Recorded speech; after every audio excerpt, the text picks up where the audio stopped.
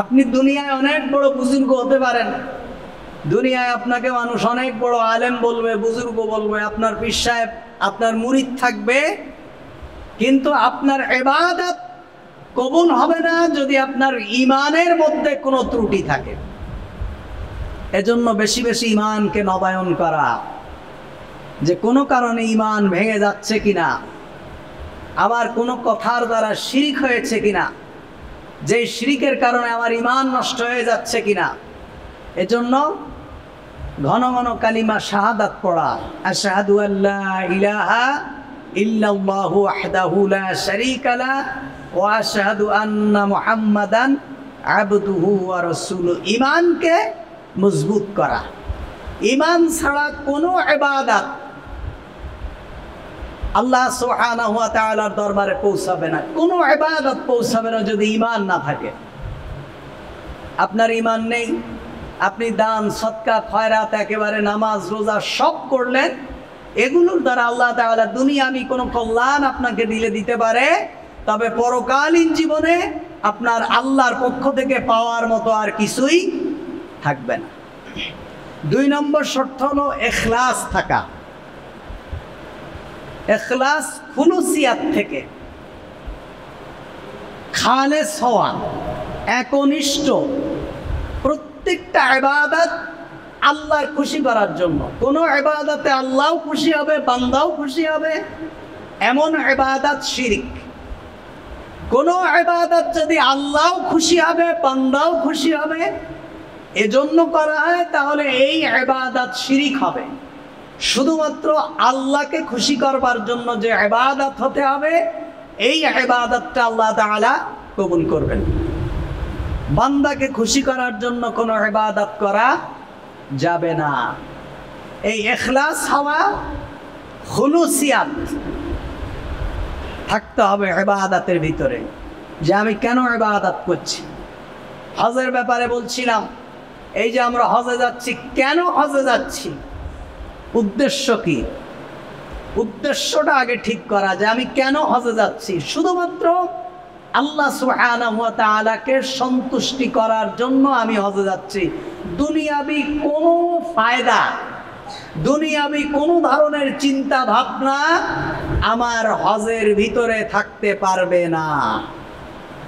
এই খুলুসিয়াত, খালেস হওয়া, ইখলাস ঠিক করা, যে আমার ইবাদতটা আল্লাহ সুবহানাহু ওয়া তাআলার জন্য হচ্ছে, আমার দান আল্লাহর জন্য হচ্ছে, আমার সাদাকা আল্লাহর জন্য হচ্ছে, আমার হজ আল্লাহর জন্য হচ্ছে, আমার এই মসজিদ মাদ্রাসা তৈরি করা আল্লাহর জন্য হচ্ছে।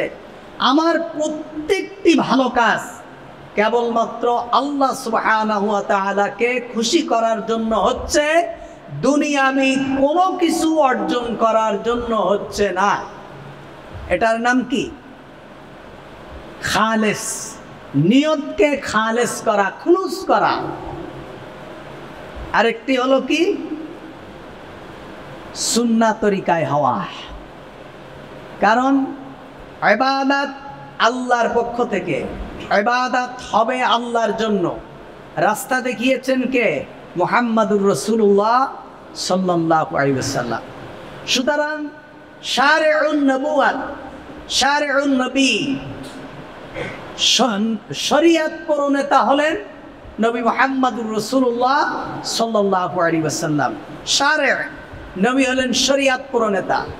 নবী মুহাম্মদ সাল্লাল্লাহু আলাইহি ওয়াসাল্লাম ছাড়া আর কেউ কোনো ইবাদত যদি দেখায়, কোনো নিয়ম পদ্ধতি দেখায়, সেটা আল্লাহ তাআলার দরবারে কবুল হবে না।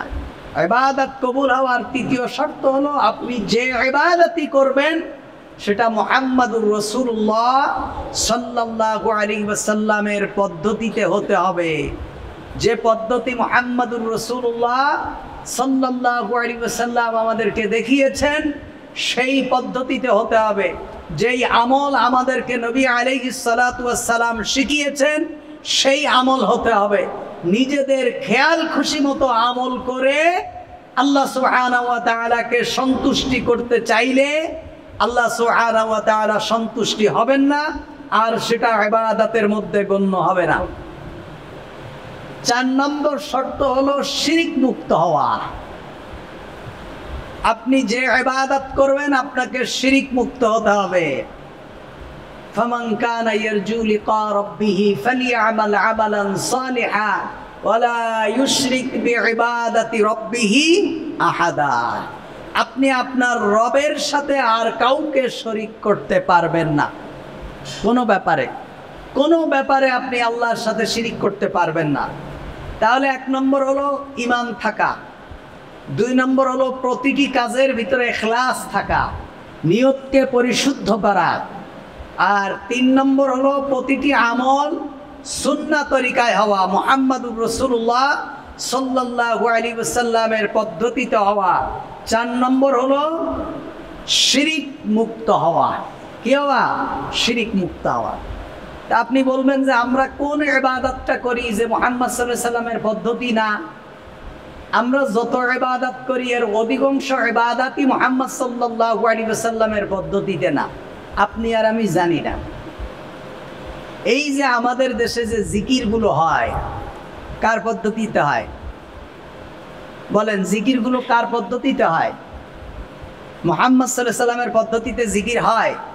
মুহাম্মদ সাল্লাল্লাহু আলাইহি ওয়াসাল্লাম জিকির করেছেন, সাহাবীরা ঢোল পিটাইছেন, শামা গেয়েছেন, গজল গেয়েছেন, আর এরকম একজনের ঘাড়ের উপরে আরেকজন লাফ মেরেছেন, এরকম কোনো হয়েছে নাকি?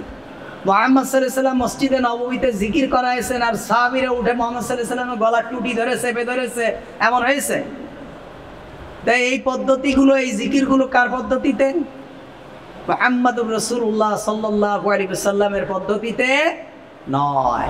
আমরা যে দুরূদগুলো পড়ি, আমরা যে প্রচলিত যে নিয়মে পড়ি, এই প্রচলিত নিয়ম কি ইমাম আবু হানিফা রাহিমাহুল্লাহ শিখাইছেন? ইমাম মালিক শিখাইছেন? কোন মুহাদ্দিসিনে কিরাম শিখাইছেন? সাহাবায়ে কিরাম শিখাইছেন? না। মুহাম্মদুর রাসূলুল্লাহর পদ্ধতি এটা না। এমন আমরা যদি খুঁজি দেখা যাবে অধিকাংশ আমলের ভিতরে আমাদের ভেজাল ঢুকে গেছে, বিভিন্ন তরিকার পদ্ধতি ঢুকে গেছে, বিভিন্ন হুজুরের পদ্ধতি ঢুকে গেছে। এজন্য ইবাদত হতে হবে একমাত্র পদ্ধতি মুহাম্মদুর রাসূলুল্লাহ সাল্লাল্লাহু আলাইহি ওয়াসাল্লামের পদ্ধতি।